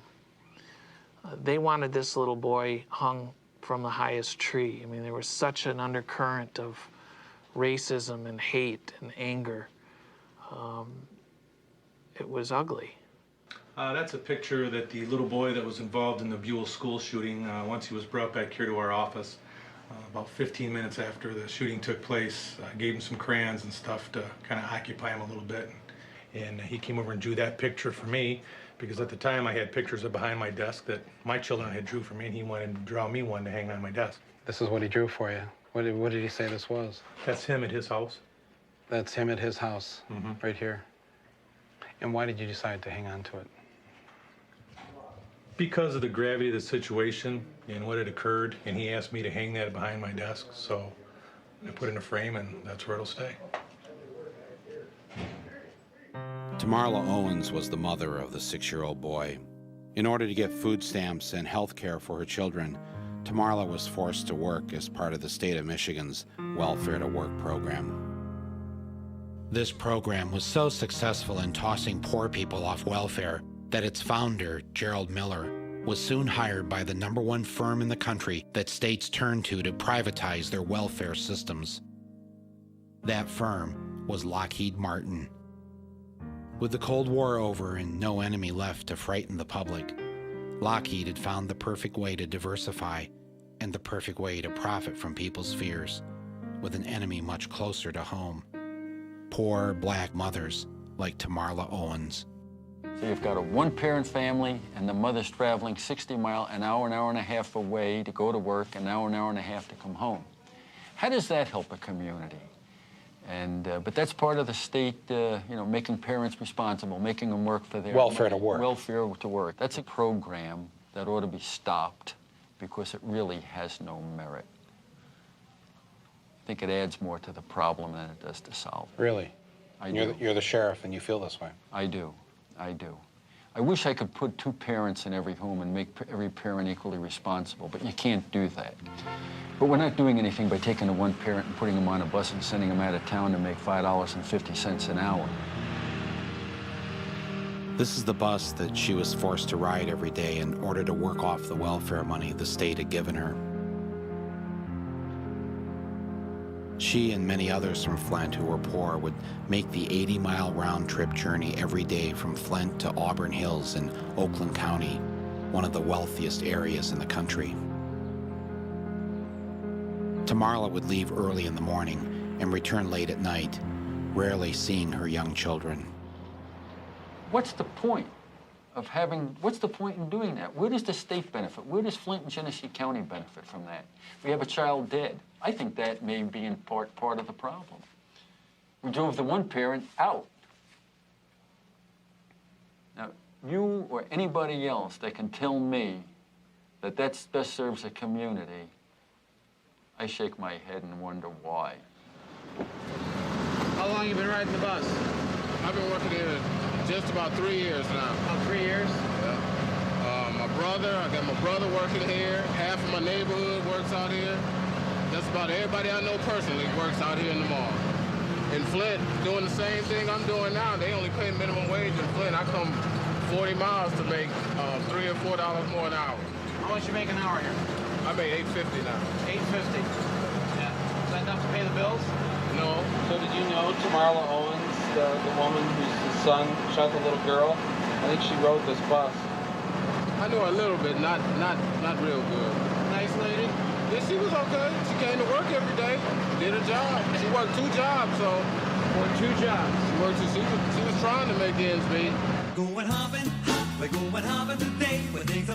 This is Dick Clark's American Bandstand Grill, where Tamarla worked one of her 2 jobs. She worked in this room here as a bartender, fountain person, making drinks, making shakes, desserts. Was she a good employee? Yeah, she was. But she also worked at the fudgery in the mall here. Right, the state had sliced her. Dick Clark is an American icon, the man who brought rock and roll into our homes every week on American Bandstand. Every part of your life, you can link up to a part of music usually. So as Dick says, it's the soundtrack of our lives. Music's the soundtrack of our lives. His restaurant and the fudgery here in Auburn Hills applied for special tax breaks because they were using welfare people as employees. Even though Tamarla worked up to 70 hours a week at these two jobs in the mall, she did not earn enough to pay her rent, and 1 week before the shooting was told by her landlord that he was evicting her. With nowhere to go and not wanting to take her two children out of school, Tamarla asked her brother if they could stay with him for a few weeks. It was there that Tamarla's son found a small .32 caliber gun and took it to school. Tamarla did not see him take the gun to school because she was on a state bus to go serve drinks and make fudge for rich people.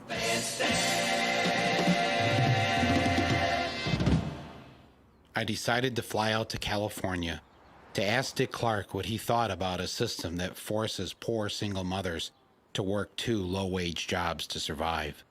I'm doing a documentary on these school shootings and, you know, guns and all that. And in my hometown of Flint, Michigan, which you know, this little 6-year-old shot a 6-year-old. Get in the car, Dave. In class. Watch your arm. Sorry. I'm sorry, we're really late. Anyways, but the mother of the kid who did the shooting works at Dick Clark's All-American Grill in Oakland County. Close the door. And it's a welfare to work program. And these people are forced to, Dick, no. Come on, I want you to help me to convince the governor of Michigan it's a welfare to work. These women are forced to work. They've got kids at home. Dick. Oh, jeez. In George Bush's America, the poor were not a priority. And after September 11th, 2001, correcting America's social problems took a back seat to fear, panic, and a new set of priorities. One way to express our unity is for Congress to set the military budget, the defense of the United States, as a #1 priority and fully fund my request.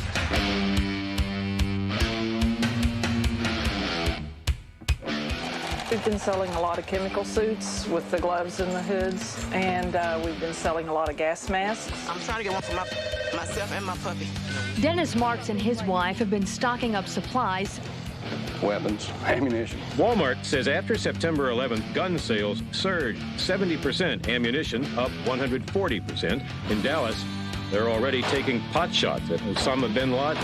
In the months following the 9/11 attacks, we Americans were gripped in a state of fear.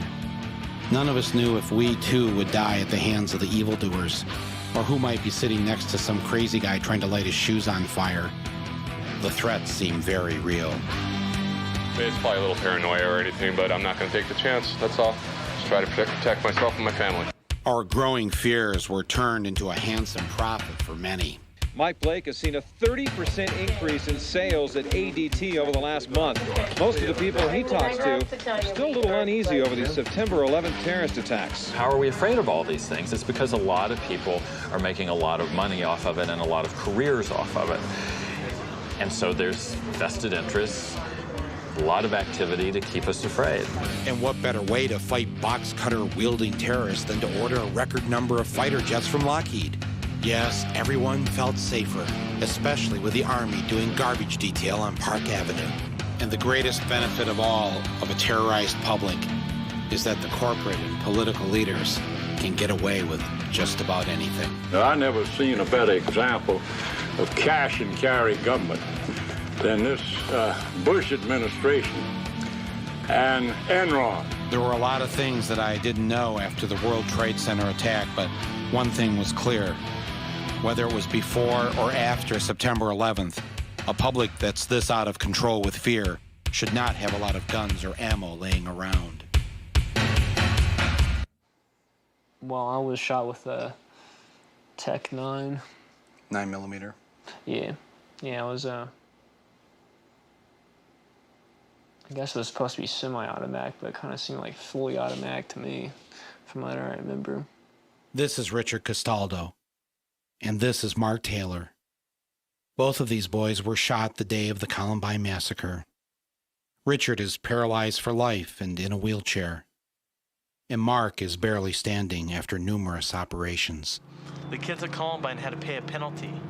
We paid a penalty that day for this nation. The way we look at it, Mark and Richard were disabled and suffering from the 17-cent Kmart bullets still embedded in their bodies. As they showed me the various entry points for the bullets, I thought of one way we could reduce the number of guns and bullets laying around. I asked the boys if they'd like to go to Kmart to return the merchandise. Ready? You go. Me?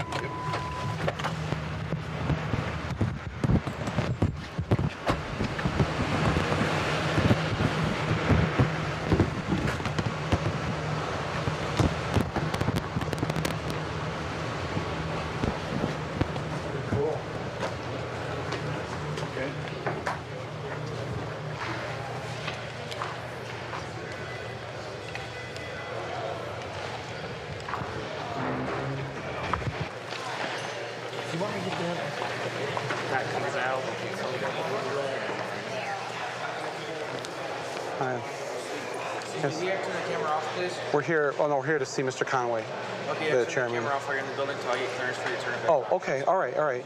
Okay, turn it off. Yeah.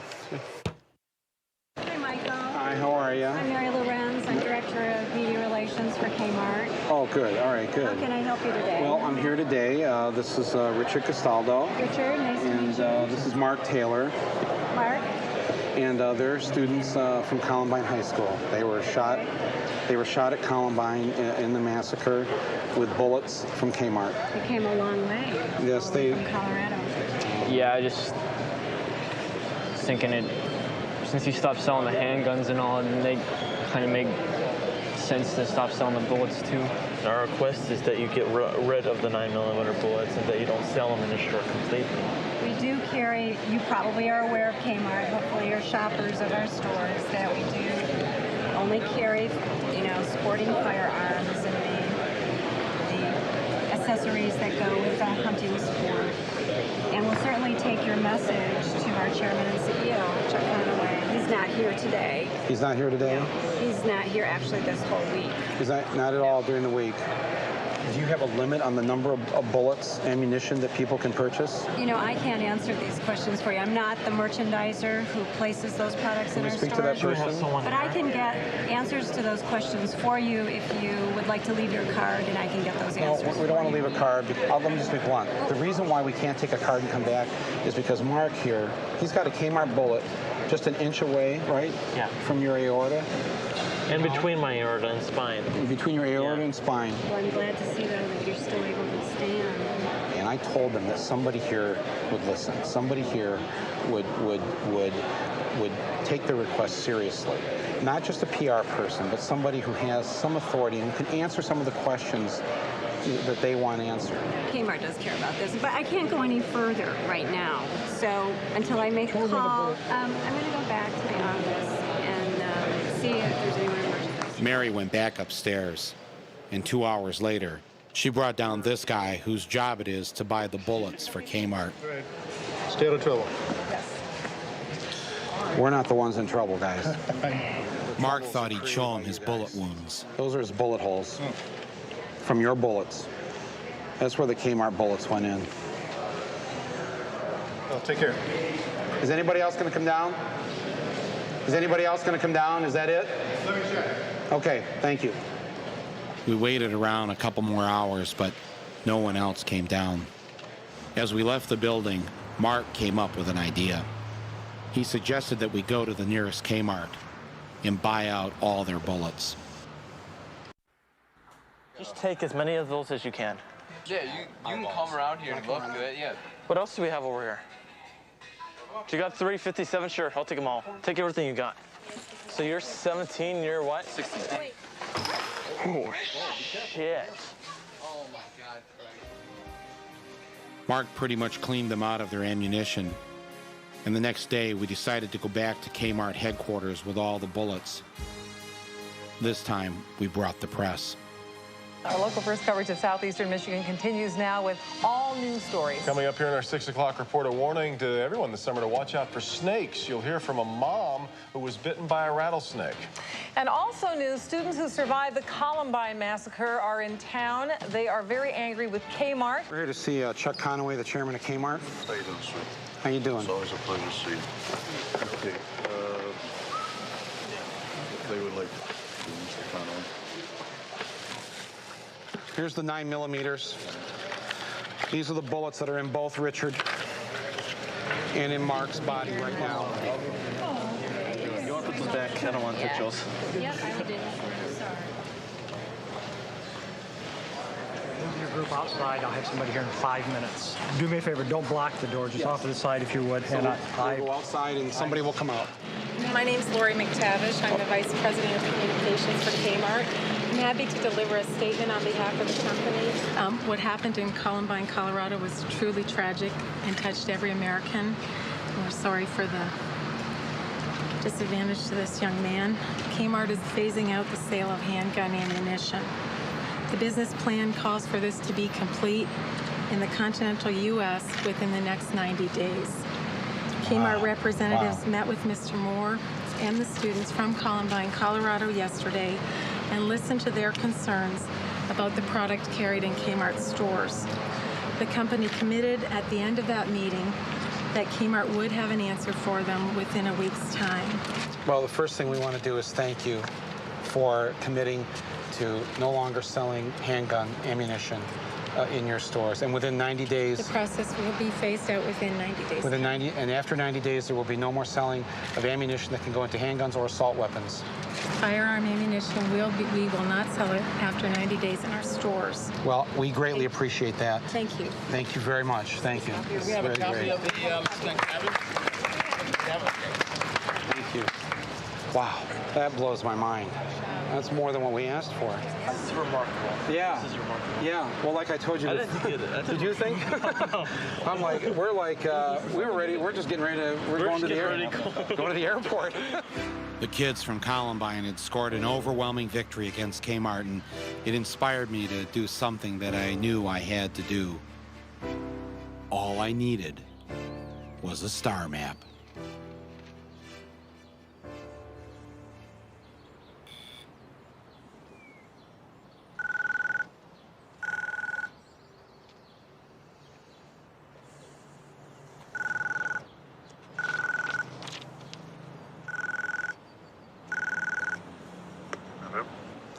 Mr. Heston? Yeah. This is Michael Moore. Yes. The filmmaker? Yes, of course. Yes, how you doing? Fine, thank you. Listen, I was wondering if maybe I could talk to you. We're making a documentary about, the whole gun issue, and I'm a member of the NRA. I thought maybe we could talk a little bit about this. Tell you what, let me look at my calendar. I may be able to give you some time tomorrow. I have some people here now. Okay, would that, how can I, pardon me? Hold the phone. Okay, thank you. Okay. I can give you a little time tomorrow morning. I think that's Thursday. Yes. Yeah, let's say 8:30. 8:30 in the morning? Yeah. Okay. Okay, and just come here? Here. Yes. Yeah. Okay, good. Hello? Hi, it's Michael Moore here to see Charlton Heston. Okay.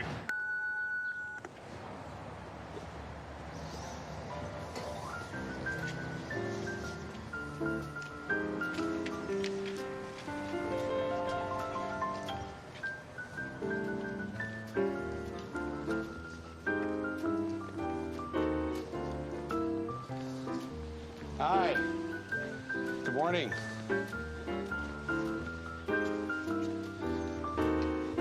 How are you? Thank you very much for agreeing to see me.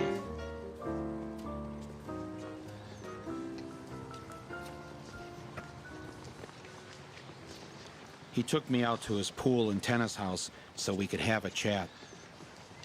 I told him that I was a lifetime member of the NRA and showed him my membership card. Good for you. Well done. I assume you have guns in the house here? Indeed, I do. Uh-huh. And bad guys take notice.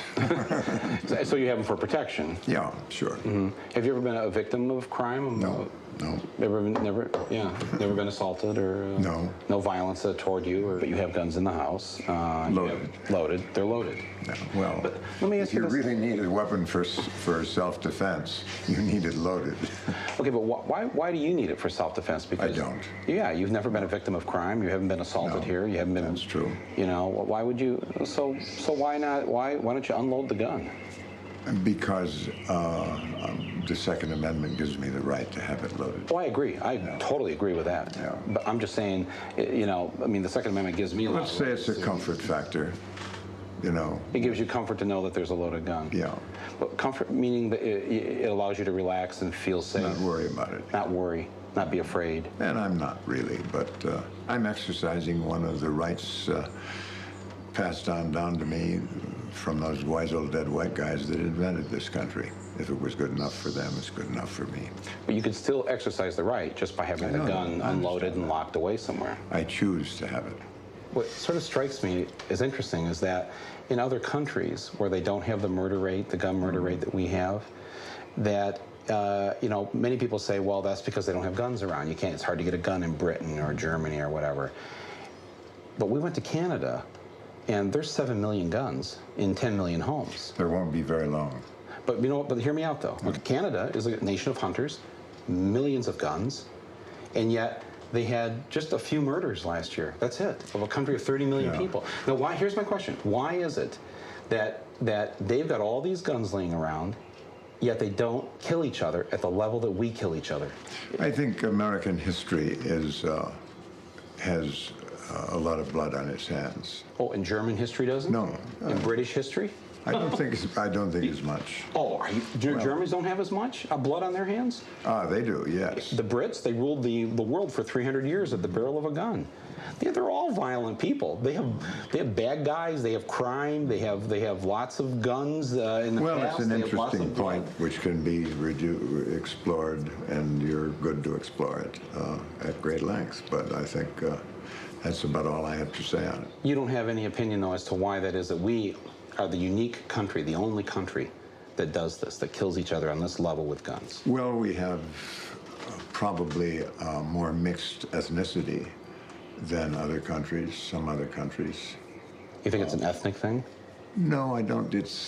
I wouldn't go so far as to say that. We have enough trouble. We had enough problems with civil rights in the beginning. But I have no answer. But what do you mean you think it's a mixed ethnicity? I don't understand.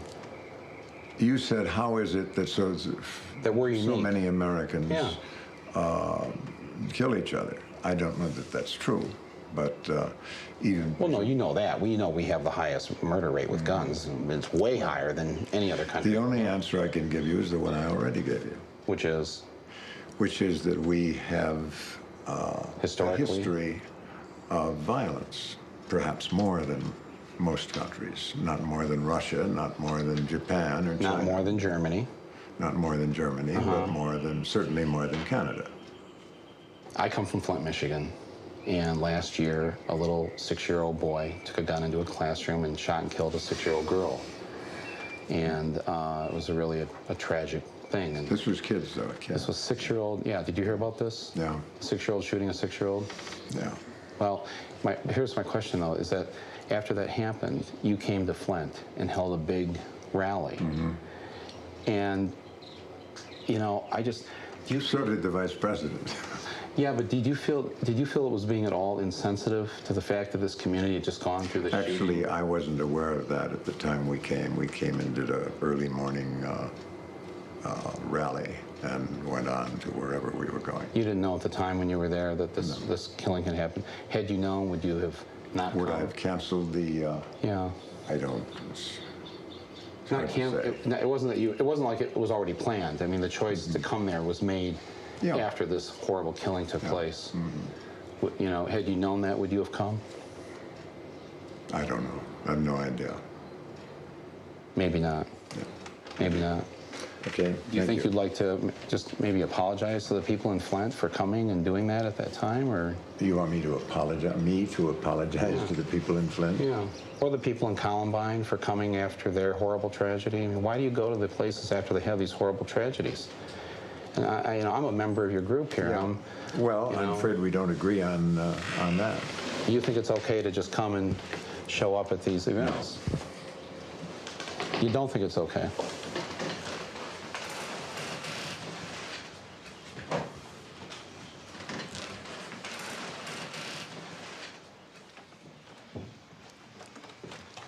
Mr. Heston, just one more thing.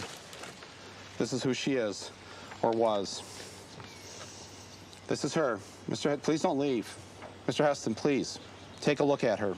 This is the girl.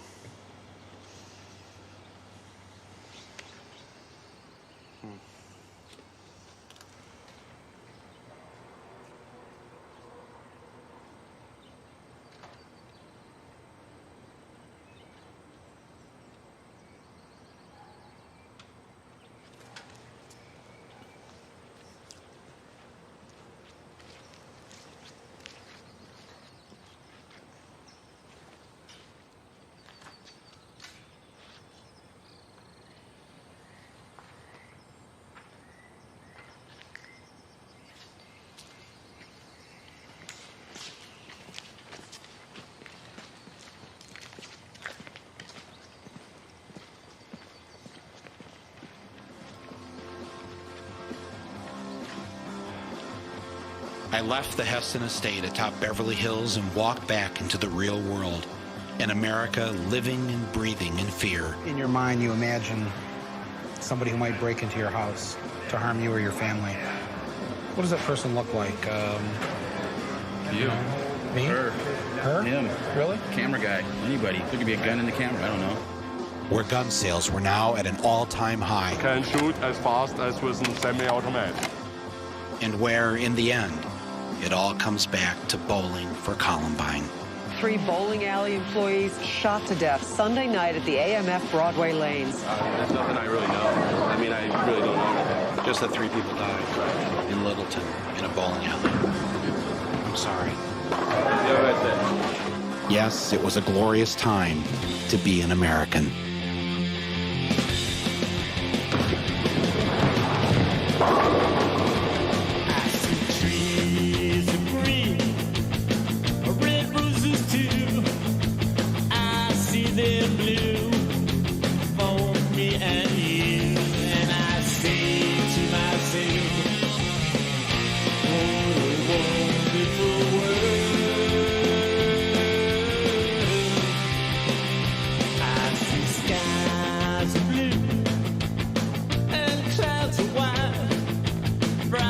Sunny days, dark.